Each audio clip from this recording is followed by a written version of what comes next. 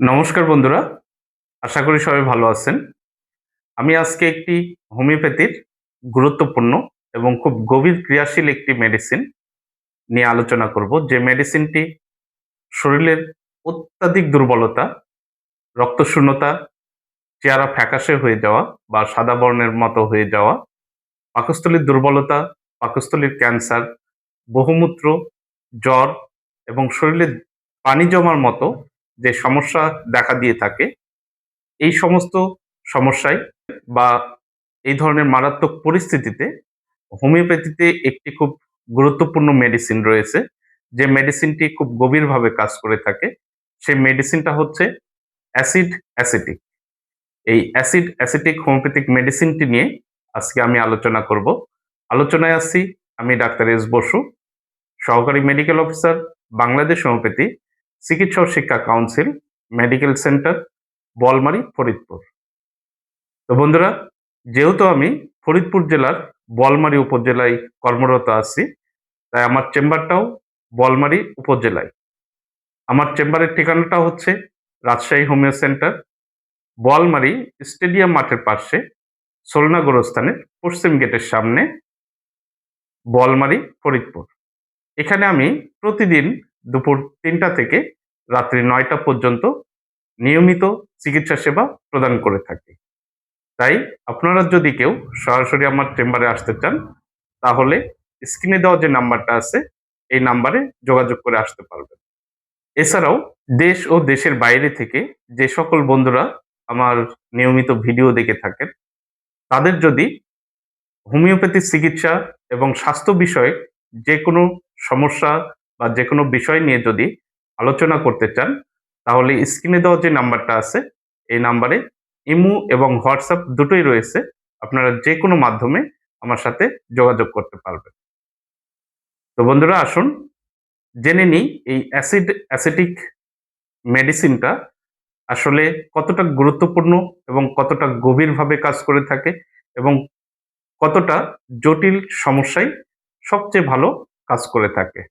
এই ওষুধটি সাধারণ ভিনেগারের মূল উপাদান থেকে প্রস্তুত করা হয়।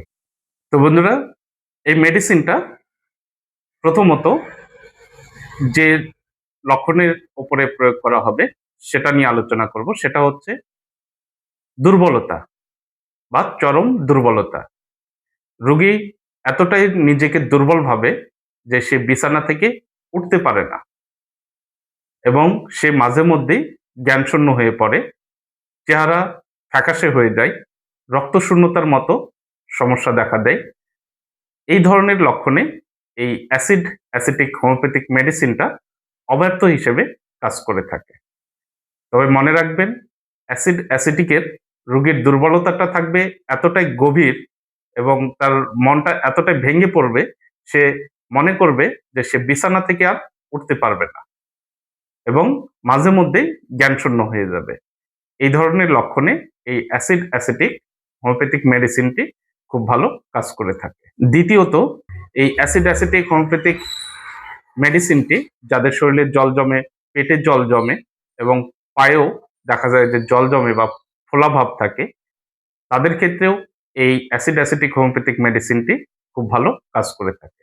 তবে এই অ্যাসিড অ্যাসিটিক মেডিসিনটির বিশেষ যে লক্ষণ থাকে সেটা হচ্ছে রাত্রে প্রচন্ড শরীরে ঘাম থাকে এবং সেই সঙ্গে প্রচুর পরিমাণে প্রস্রাব হয়ে থাকে, যা অস্বাভাবিক পরিমাণে প্রস্রাব হয়। এই সমস্ত লক্ষণেও এই অ্যাসিড অ্যাসিটিক হোমিওপ্যাথিক মেডিসিনটি একদম ম্যাজিকের মতো কাজ করে থাকে।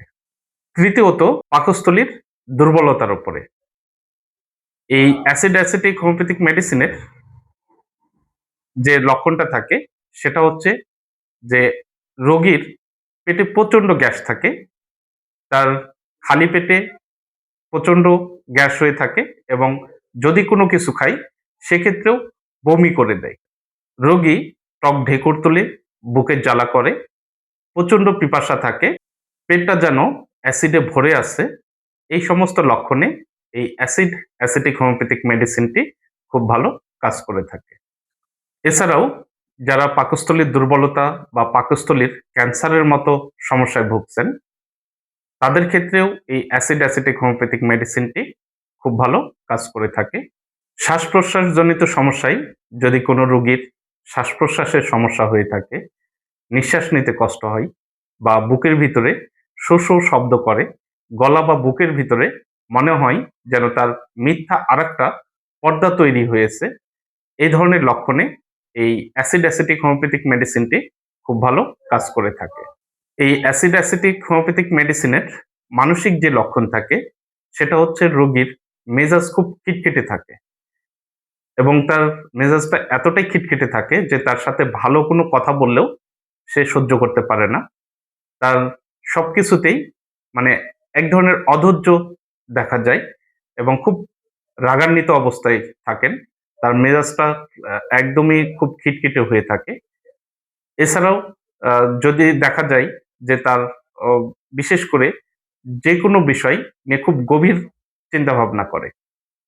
ব্যবসায়িকভাবে বা অফিসিয়ালি ভাবে সবসময়ের জন্য তার ভেতরে চিন্তাভাবনা ওই ব্যবসায়িক বা অফিসিয়ালি ভাবে কাজ করে।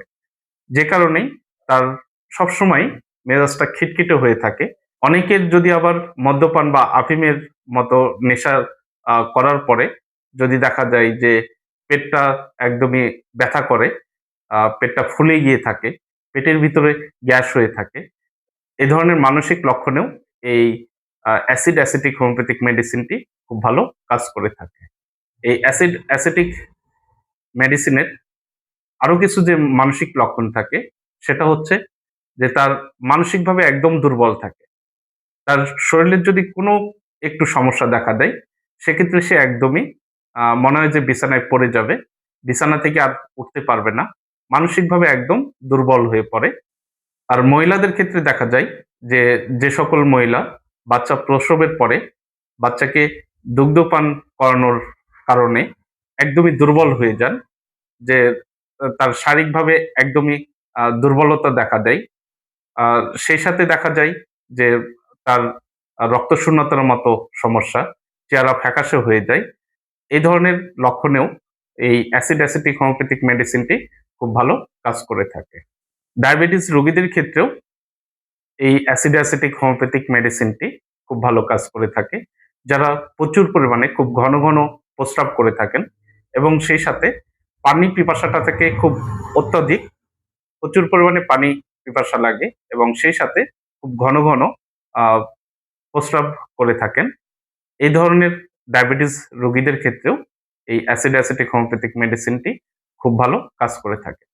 তো বন্ধুরা, এই অ্যাসিড অ্যাসিটিক হোমিওপ্যাথিক মেডিসিনটি বিশেষ করে যাদের শারীরিক দুর্বলতা এবং মানসিক দুর্বলতা এবং এতটাই দুর্বলতা যে জ্ঞানশূন্য হওয়ার মতো যে লক্ষণগুলো দেখা যায় তাদের ক্ষেত্রে এবং সেই সাথে শ্বাস-প্রশ্বাসের সমস্যা এবং পাকস্থলীর দুর্বলতা এবং সেই সাথে যাদের অত্যাধিক অ্যাসিডের মতো সমস্যা দেখা দেয় তাদের ক্ষেত্রে এবং যাদের বহুমূত্র বা ডায়াবেটিসের সমস্যা রয়েছে, যারা খুব ঘন, ঘন প্রস্রাব করেন তাদের জন্য এবং বিশেষ করে যে সকল মহিলা বাচ্চা প্রসবের পরে বাচ্চাকে বুকের দুধ খাওয়ানোর কারণে দেখা যায় যে একদমই দুর্বল হয়ে পড়েন, রক্তশূন্যতার মতো সমস্যায় ভুগে থাকেন। তাদের ক্ষেত্রে এই অ্যাসিড অ্যাসিটিক হোমিওপ্যাথিক মেডিসিনটি খুব ভালো কাজ করে থাকে। তো বন্ধুরা, এই অ্যাসিড অ্যাসিটিক হোমিওপ্যাথিক মেডিসিনটি কিভাবে সেবন করবেন? এই অ্যাসিড অ্যাসিটিক হোমিওপ্যাথিক মেডিসিনটি শক্তিমাত্রা সবচেয়ে বেশি ব্যবহৃত হয়ে থাকে। এই মেডিসিনটি অনেক গভীর এবং খুব ক্রিয়াশীল একটি মেডিসিন। তাই এই মেডিসিনটা সেবনের পূর্বে অবশ্যই একজন রেজিস্টার্ড প্রাপ্ত অভিজ্ঞ হোমিওপ্যাথি চিকিৎসকের পরামর্শ অনুযায়ী এই মেডিসিনটা সেবন করবেন। এছাড়াও এই মেডিসিনটা সেবনের পূর্বে যদি আপনি আমার সাথে আলোচনা করতে চান, তাহলে স্ক্রিনে দেওয়া যে নাম্বারটা আছে, এই নাম্বারে অবশ্যই যোগাযোগ করবেন। আমার আলোচনাটা যদি ভালো লেগে থাকে, তাহলে অবশ্যই লাইক এবং কমেন্টস করে যাবেন এবং সেই সাথে আপনি যদি এখনো আমার চ্যানেলে নতুন হয়ে থাকেন, তাহলে অবশ্যই চ্যানেলটা সাবস্ক্রাইব করে নিবেন। মনে রাখবেন, হোমিওপ্যাথি চিকিৎসা লক্ষণভিত্তিক এবং বিজ্ঞানভিত্তিক চিকিৎসা পদ্ধতি। এখানে রোগের উপরে কোনো চিকিৎসা দেওয়া সম্ভব নয়। হোমিওপ্যাথি চিকিৎসার মূল বৈশিষ্ট্য হচ্ছে রোগীর রোগ লক্ষণের উপরে মেডিসিন নির্বাচন করতে হয়। তাই যে কোনো আলোচনা শুনেই আপনারা সাধারণত কিছু লক্ষণ শুনেই বা লক্ষণের সাথে মিলিয়েই কখনোই মেডিসিন সেবন করতে যাবেন না। অবশ্যই একজন অভিজ্ঞ রেজিস্টার্ড প্রাপ্ত চিকিৎসকের পরামর্শ অনুযায়ী আপনারা মেডিসিন সেবন করবেন। হোমিওপ্যাথিতে যে কোনো ক্রনিক ডিজিজ বা অনেক পুরাতন রোগ, এই ধরনের রোগের চিকিৎসা খুব ভালো হয়। তাই আপনারা হোমিওপ্যাথি চিকিৎসা নিন, সুস্থ থাকুন এবং সুন্দর থাকুন। আজকের আলোচনা এই পর্যন্তই। নতুন কোনো আলোচনা বা নতুন কোনো মেডিসিন নিয়ে আলোচনায় আসবো। ততক্ষণ পর্যন্ত আপনারা সবাই ভালো থাকুন, সুস্থ থাকুন। ধন্যবাদ।